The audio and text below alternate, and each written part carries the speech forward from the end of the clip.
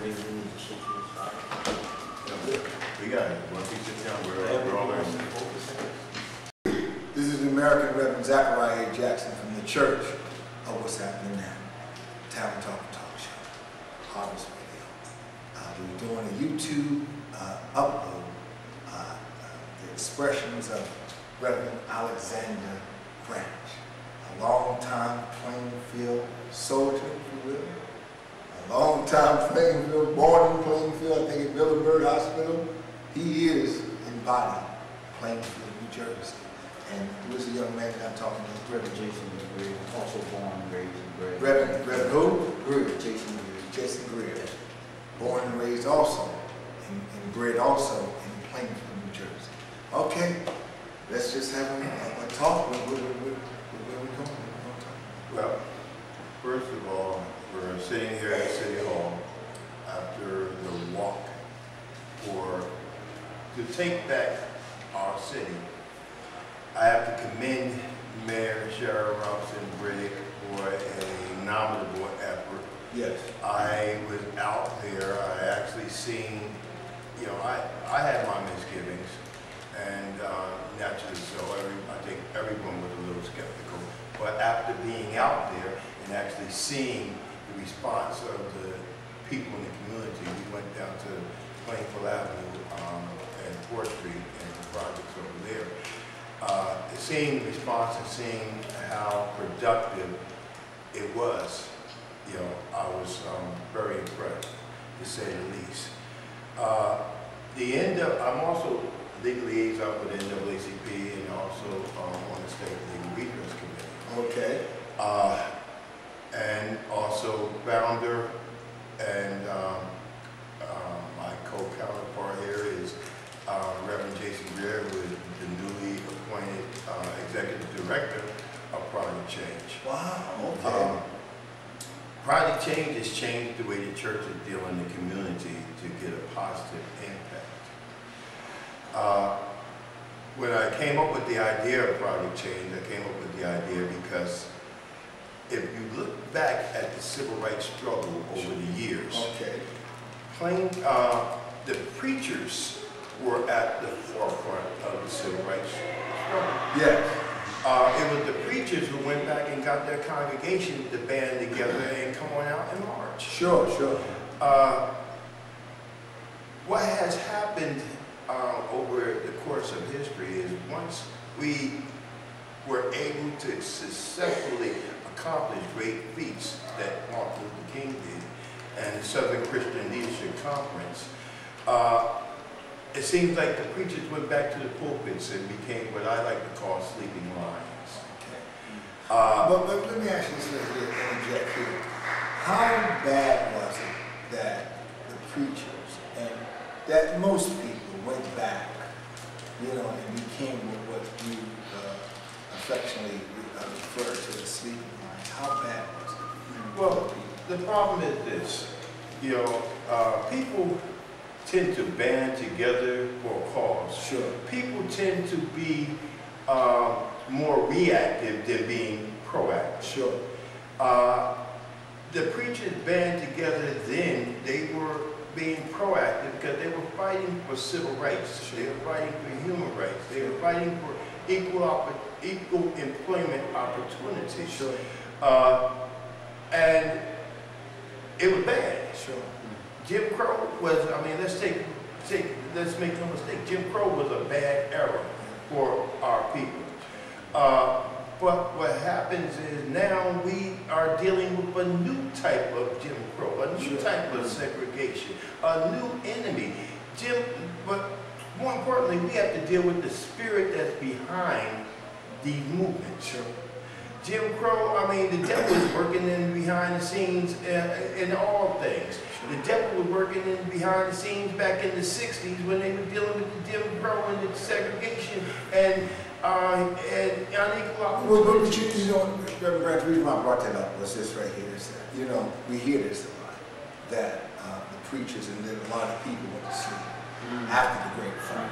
Yes. But you know, people, most folks, really, and I said this on Harvest Radio about 3 years ago, most folks really don't take account of the magnitude, the strength of that law, the Jim Crow law. I mean, you were fighting your whole nation to saying, I am somebody. Because that law means you nobody. You know, it stripped you of everything. So a lot of us, I can kind of see that after the great struggle, the great fight, it took so much out of some people that they were unable, or they didn't want to verbalize it anymore to their kids. So many people in our age group, a lot of their kids, a lot of people in our age group don't even know anything about it because their parents did not tell them anything about that law, and it was just so, it just took so much out of the people. Right. I mean, when your own nation, your own country, basically got a law stating that you ain't nothing to nobody. Stating that you nothing to nobody, then that would take some of the energy from you. So I understand. I'm just trying to give presence to the evolution of change. And with the evolution of change coming, we have to bring in terms. We have to have some understanding. Then we can heal. You understand? We can heal equally, because then we won't play the, you did this and I did that. But let's look at it almost as, hey, you know what?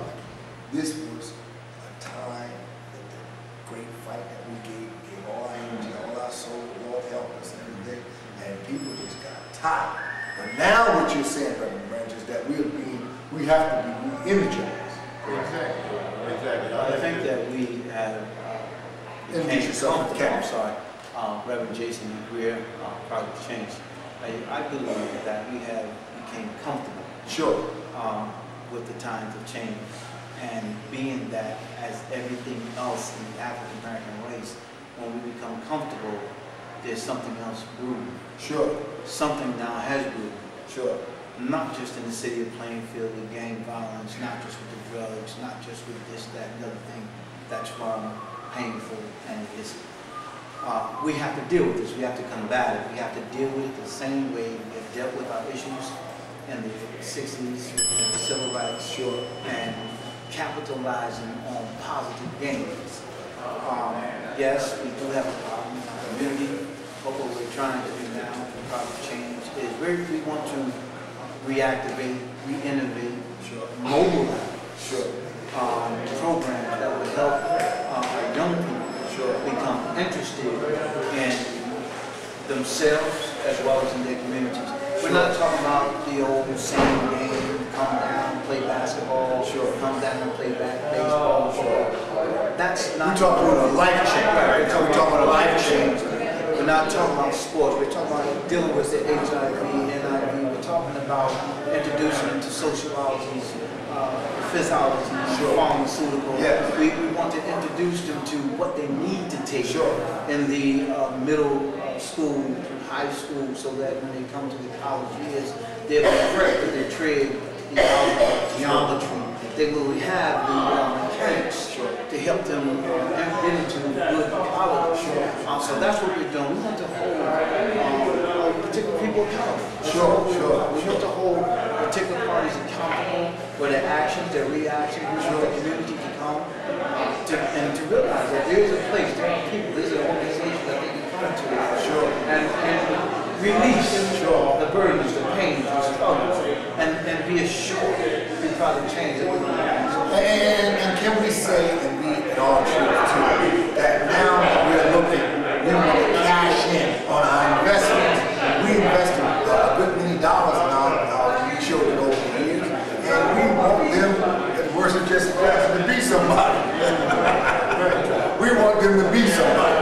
And if we invest all this money, we want, like anything else, you want to cash it on your investment. So we want that also. Checks and balances. Checks and balances. So we're now moving forward. We want to assist the community, we want to assist the mayor in their endeavors. Sure. We want to be part of the change-making process. We know that it's difficult, programs that has been taken from the community. We understand there's no money to give into the community. Sure. But we want to do what we have to do as a group of community to make whatever changes, to make happen whatever needs to happen, to pull young people, off the